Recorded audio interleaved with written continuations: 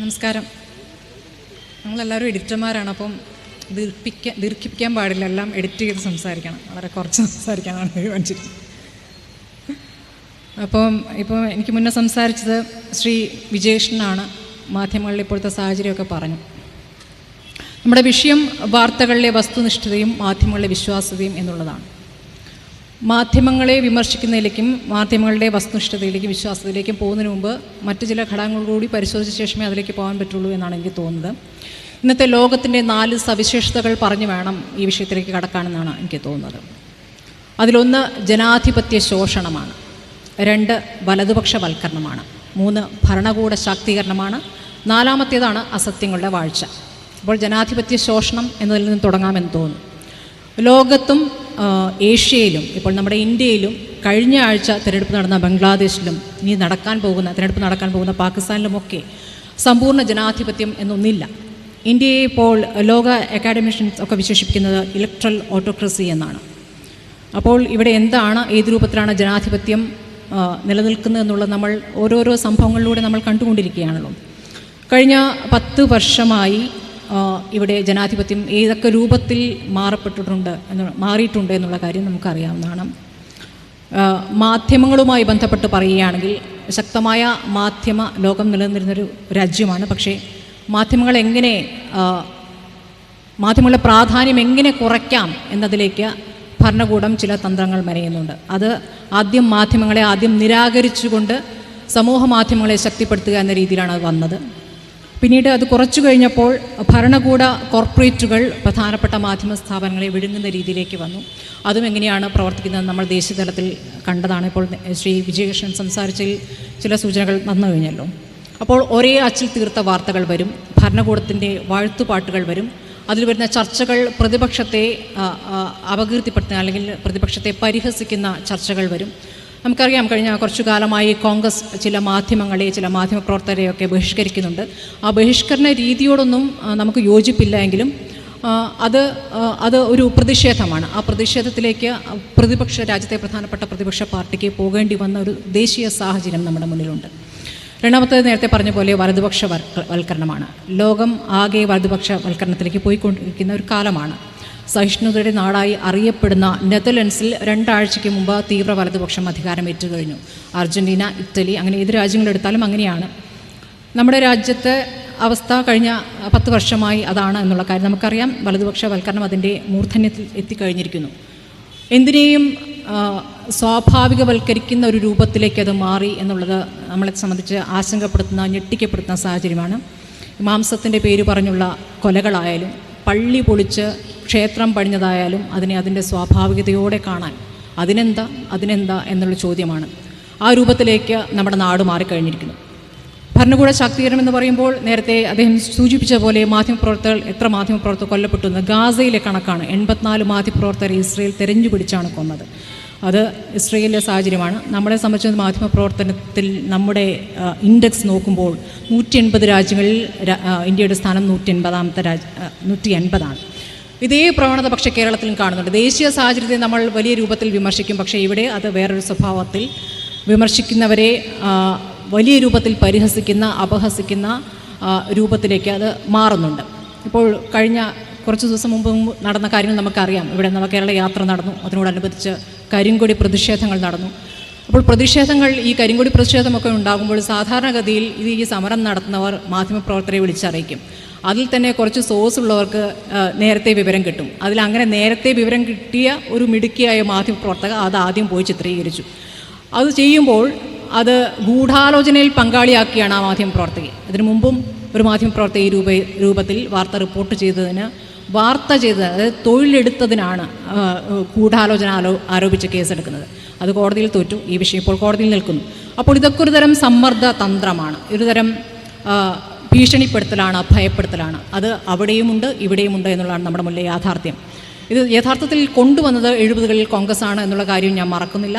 ഈ ചാനൽ ബഹിഷ്കരണം എന്ന തന്ത്രം, ഒരു സമ്മർദ്ദ തന്ത്രം, അത് ആദ്യം കൊണ്ടുവന്ന കോൺഗ്രസ് ആണ് കേരളത്തിൽ, അത് വർഷങ്ങൾക്ക് മുമ്പ്. ഇന്നിപ്പോൾ 4th എസ്റ്റേറ്റിനെ വിമർശിക്കാൻ എല്ലാവർക്കും 100 നാവാണ്. 4th എസ്റ്റേറ്റിന് മാത്രമായൊരു കുഴപ്പമുണ്ടോ എന്നുള്ളതും പരിശോധിക്കേണ്ടതാണ്. എന്തുകൊണ്ടാണ് ഫോർത്ത് എസ്റ്റേറ്റ് പ്രാധാന്യം അർഹിക്കുന്നത്. ഫോർത്ത് എസ്റ്റേറ്റിന് അല്ലെങ്കിൽ മാധ്യമപ്രവർത്തകർക്ക് പ്രത്യേകിച്ച് വലിയ സ്വാതന്ത്ര്യം, ഒരു പ്രത്യേക അവകാശം, അധികാരം ഒന്നുമില്ല. പക്ഷേ നമ്മളെന്താണ്, ജനങ്ങളുടെ സ്വരമാണ്. ജനങ്ങൾക്ക് വേണ്ട കാര്യങ്ങൾ പറയുന്നു, അല്ലെങ്കിൽ ജനങ്ങൾക്ക് പറയാനുള്ളത് പ്രതിഫലിപ്പിക്കുന്നു. ഇതാണ് മാധ്യമങ്ങളുടെ ചുമതല. അത് വൃത്തിയായി എടുക്കുക. അത് വൃത്തിയായി എടുക്കാത്തവരുണ്ടാവും, അതിൽ വെള്ളം ചേർക്കുന്നവരുണ്ടാവും. അത് പല രൂപത്തിൽ എല്ലാ മേഖലയെന്ന പോലെ മാധ്യമ ലോകത്തും ഉണ്ടാകും. പക്ഷേ ആ ജോലി നന്നായി എടുക്കുന്നവരെ ആ ജോലി എടുക്കാൻ സമ്മതിക്കുന്നുണ്ടോ എന്നിടത്താണ് വിഷയം നിൽക്കുന്നത്. ഈ സമൂഹ മാധ്യമങ്ങളിലൂടെ സൈബർ ആക്രമണം അതിപ്പോൾ ഒരു തുടർച്ചയായി കൊണ്ടിരിക്കുകയാണ്. അത് ഭരണകൂടവുമായി ചേർന്ന് നിൽക്കുന്ന ചില സംഘം, അതിനെ ഭരണകൂടം അവരുടേതാണെന്ന് സമ്മതിക്കില്ല, പക്ഷേ അത് വലിയ രൂപത്തിൽ തന്നെ പ്രവർത്തിക്കുന്നുണ്ട്. ഭരണകൂടത്തെ വിമർശിക്കുമ്പോൾ അവർ കൂട്ടമായി വന്ന് ആക്രമിക്കും. അത് സ്ത്രീയെന്നോ പുരുഷനോ ഒന്നോ ഇല്ല, അത് മോശമായി ചിത്രീകരിക്കും, ശരിയായ ദൃശ്യങ്ങളെ മോശമായ ടൈറ്റിലുകൾ കൊടുത്തുകൊണ്ട് അവതരിപ്പിക്കും. ഇതൊക്കെ ഞാനടക്കം എല്ലാ മാധ്യമപ്രവർത്തകരും അനുഭവിച്ചിട്ടുള്ളതാണ്. അപ്പോൾ ഇത് ഇങ്ങനെയുള്ള സംഭവങ്ങൾ ഉണ്ടാകുമ്പോൾ അതിൽ പരാതിപ്പെട്ടാൽ എന്ത് സംഭവിക്കുമെന്നുള്ളതും നമ്മുടെ മുന്നിലെ യാഥാർത്ഥ്യമാണ്. ഞാനൊരു അനുഭവം പറയാം. ഞാൻ മീഡിയ വണിൽ ജോയിൻ ചെയ്ത സമയത്ത് ഞാനൊരു ഹിന്ദു നാമധാരി ആയതുകൊണ്ട് മീഡിയ വണിൽ വരുമ്പോൾ മുക്കാൽ ചാനൽ എന്നാണ് ആ ചാനലിനെ വിശേഷിപ്പിച്ചത്. മുക്കാൽ ചാനലിൽ സ്മൃതി എത്തി എന്ന് പറഞ്ഞുകൊണ്ട് ഒരു പടം, ആ പടത്തിൽ ഒരു വൃത്തികെട്ട ദൃശ്യം കൂടി ഒരു സൈഡിൽ വെച്ചിരുന്നു. എൻ്റെ പടം വെച്ചതുകൊണ്ട് മാത്രം ഞാൻ കേസിന് പോയി. അത് പടം വയ്ക്കുക മാത്രമല്ല, ഒരു വ്യക്തി റോട്ടിൽ നിന്ന് അസഭ്യം പറയുകയാണ്, ഈ ചാനലിനെതിരെ അസഭ്യം പറഞ്ഞുകൊണ്ട്. അതൊരു ചാനൽ ലേഖകൻ എന്ന നിലയ്ക്കാണ്. ഏത് ചാനലാണ്? ഒരു മാധ്യമപ്രവർത്തകനാണ്. അപ്പോൾ ഇതിങ്ങനെ ഷെയർ ചെയ്യപ്പെട്ട് വലിയ രൂപത്തിലായപ്പോൾ അത് പരാതി നൽകേണ്ടതുണ്ട് എന്ന് എല്ലാവരും എന്നോട് പറയുന്നു. അങ്ങനെ ഞാൻ പരാതിപ്പെടുന്നു. പരാതി കേട്ട് പോലീസ് എത്തുന്നു. എന്താണ് ഇത്, എങ്ങനെയാണിത് ഡിലീറ്റ് ചെയ്യുക എന്നടക്കമുള്ള കാര്യങ്ങൾ നമ്മൾ അങ്ങോട്ട് പറഞ്ഞു കൊടുക്കേണ്ട അവസ്ഥയാണ്. എല്ലാം കഴിഞ്ഞു, ഒരു മാസങ്ങൾ കഴിഞ്ഞ് ഇയാൾ എവിടെയാണ് എന്നുള്ളത് നമ്മൾ ലൊക്കേറ്റ് ചെയ്ത് കൊടുക്കേണ്ട അവസ്ഥയാണ്. അതും കഴിഞ്ഞു, പറഞ്ഞു കൊടുത്തു. അയാളെ അറസ്റ്റ് ചെയ്യുന്നു, അയാൾ ജാമ്യത്തിൽ പോകുന്നു, നമ്മൾ അറിയുന്നില്ല. ഇതാണ് ഇവിടുത്തെ പോലീസ് ചെയ്യുന്ന രീതി. ഇതിപ്പോൾ ഞങ്ങളെപ്പോലുള്ള മാധ്യമപ്രവർത്തകരുടെ അവസ്ഥയാണെങ്കിൽ ഈ രൂപത്തിൽ അറ്റാക്ക് ചെയ്യപ്പെടുന്ന ബാക്കിയുള്ളവരുടെ അവസ്ഥ എന്തായിരിക്കും എന്നുള്ള കാര്യമാണ്. ഞങ്ങൾക്ക് എന്തെങ്കിലും കൊമ്പുണ്ടെന്നല്ല ഞാൻ പറയുന്നത്. ഈ മാധ്യമപ്രവർത്തനത്തിലൂടെ ഈ കാര്യങ്ങൾ പുറത്തു പറയാൻ കഴിയുന്നവർക്ക് തന്നെ ഇതാണ് അവസ്ഥയെങ്കിൽ ബാക്കിയുള്ളവരുടെ അവസ്ഥ എന്താകും എന്നുള്ളതാണ്. അപ്പോൾ ഈ വ്യക്തിഹത്യ നടത്തുന്നവരുടെ എണ്ണം കൂടുകയാണ്. ഞങ്ങൾ നടത്തുന്ന ചർച്ചകളെല്ലാം ഗംഭീര ചർച്ചകളാണ് എന്നൊന്നും അവകാശപ്പെടുന്നില്ല. ഓരോ വിഷയം, ആ വിഷയത്തിൽ നമുക്കുണ്ടാകുന്ന ബോധ്യത്തിൽ നിന്നാണ് ചർച്ച നടത്തുന്നത്. വാർത്ത വായിക്കുന്ന പോലെയല്ല. ചർച്ചയിലേക്ക് പോകുമ്പോൾ ഒരു വിഷയം നമ്മൾ മനസ്സിലാക്കുന്നു, ആ മനസ്സിലാക്കലിൻ്റെ അടിസ്ഥാനത്തിലാണ് നമ്മൾ ചർച്ച നടത്തുക. അതിന് സ്വാഭാവികമായും ഒരു പക്ഷമുണ്ടാകും. അത് നീതിയുടെ പക്ഷമെന്ന് ഞങ്ങൾ വിളിക്കും. നിങ്ങളതിനെ ചിലപ്പോൾ പ്രതിപക്ഷത്തിൻ്റെ സ്വരം എന്നൊക്കെ പറയും.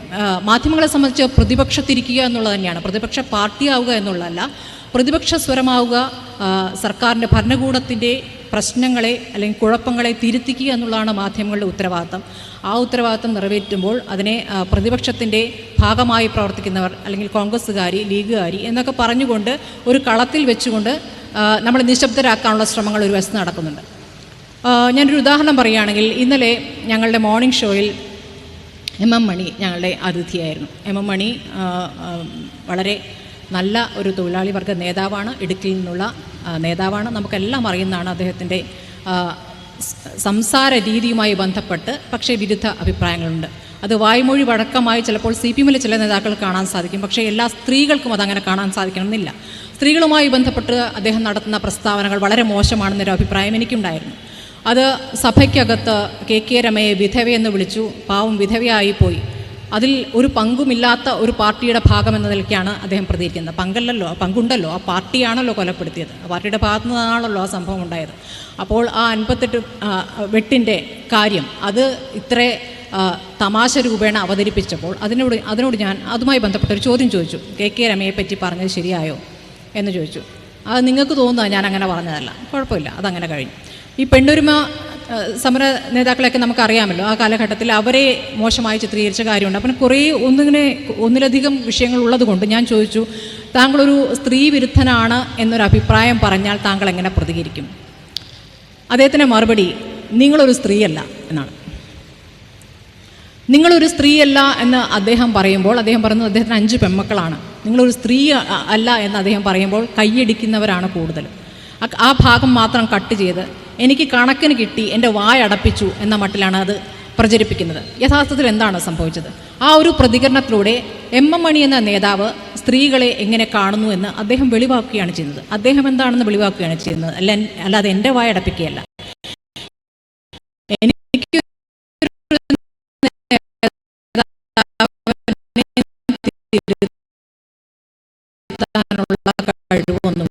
പക്ഷേ നമ്മൾക്ക് പറയാനുള്ള കാര്യങ്ങൾ വിളിച്ചു പറയുകയും ചെയ്യും. ഞാൻ പറഞ്ഞത് ഇതിൻ്റെ ഒരു സ്വഭാവം ഈ കട്ട് ചെയ്ത് ഇങ്ങനെ പ്രചരിപ്പിക്കുന്ന ദൃശ്യങ്ങളുടെ ഒരു സ്വഭാവം ഈ രൂപത്തിലാണ് എന്നുള്ളതാണ്. ഇങ്ങനെ സമാനമായ അനുഭവങ്ങൾ എനിക്ക് ശേഷം പറയുന്ന എല്ലാവരുടെ മുന്നിലുണ്ടാവും എന്നുള്ള കാര്യം ഉറപ്പാണ്. പിന്നെ മാധ്യമ വിശ്വാസ്യത എന്ന വിഷയം ചർച്ച ചെയ്യുമ്പോൾ എനിക്ക് നിങ്ങളോടൊരു അഭ്യർത്ഥനയുള്ളത്, അല്ലെങ്കിൽ വർഗീയ വിഷം തുപ്പിയും ആഭാസത്തരം പറഞ്ഞുമുള്ള പ്രതികരണങ്ങൾ വലിയ രൂപത്തിൽ തന്നെ പ്രചരിപ്പിക്കപ്പെടുന്നുണ്ട്. അതിനൊക്കെ ഒരുപാട് വ്യൂസ് കിട്ടുന്നുണ്ട്. അപ്പോൾ അത്രയും വ്യൂസ് കിട്ടിയ ആൾ പറയുന്നത് ശരിയായിരിക്കുമെന്ന് കരുതി പിന്നെ കാണുന്നവരുണ്ട്. ഈ രൂപത്തിലാണത് പ്രചരിക്കപ്പെടുന്നത്. അപ്പോൾ അവരും അവരെ സ്വയം വിശേഷിപ്പിക്കുന്നത് മാധ്യമപ്രവർത്തകരെന്നാണ്. ഇപ്പോൾ എല്ലാവരും മാധ്യമപ്രവർത്തകരാണ്. അപ്പോൾ ഈ ട്രെയിനിലെ ബാത്റൂമിൽ എഴുതി വെക്കുന്നത് പോലെ അസഭ്യം ഇപ്പോൾ സോഷ്യൽ മീഡിയയിൽ എഴുതി വെക്കാൻ ആരെയും പേടിക്കേണ്ട. ഈ എഴുതുന്നവർക്കൊന്നും മുഖവുമില്ല.